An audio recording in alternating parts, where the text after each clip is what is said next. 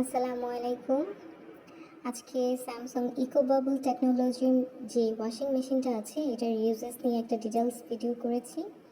Hopefully আপনাদের কাজে লাগবে। এই মেশিনের মধ্যে টোটাল 22টা ফাংশন আছে। আমার যখন যেটা প্রয়োজন হয়ে থাকে আমি তখন সেটা ইউজ করে থাকি। আর এর অনেকগুলো ফিচার আছে যেগুলো খুবই ইম্পর্ট্যান্ট। আর এই মেশিনটা এআই কন্ট্রোল মেশিন হওয়ার কারণে আমি বাসায় থেকে অথবা বাসার বাইরে থেকেও মোবাইলের মাধ্যমে এটা অপারেট করতে পারি। এখানে ডিটারজেন্ট দেওয়ার জন্য 3টা পার্ট আছে। অটো পার্টে বেশি করে ডিটারজেন্ট দিয়ে রাখলে অনেক দিন পর্যন্ত আর ডিটারজেন্ট দিতে হয় না।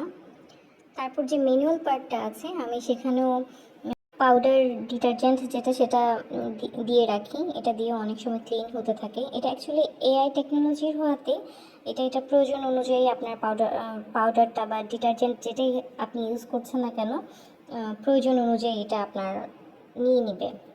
আর এটার অপারেটিং সিস্টেমটাও অনেক ইজি। পাওয়ার বাটন অন করে ডিসপ্লেতে বিভিন্ন ফাংশন শো করবে। তো সেক্ষেত্রে চাকাটা ঘুরিয়ে ঘুরিয়ে আপনি আপনার পছন্দের ফাংশনটা চালু করে দিবেন। এই মেশিনের অনেকগুলো ভালো ফিচারের মধ্যে অন্যতম হলো এই মেশিনটা হলো ডিজিটাল ইনভার্টার টেকনোলজি।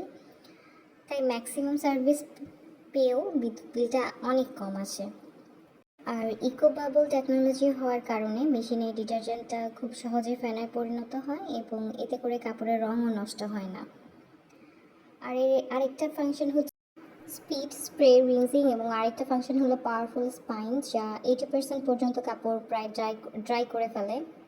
কাপড় ধোয়া শেষে আপনার কাছে একটা নোটিফিকেশন আসবে আর একটা মিউজিক হয়, যার কারণে বাসা যে কোনো জায়গায় থেকে আপনি বুঝতে পারবেন যে কাপড় ধোয়া হয়ে গেছে। সো হোপফুলি আপনার ভিডিওটা কাজে লাগবে।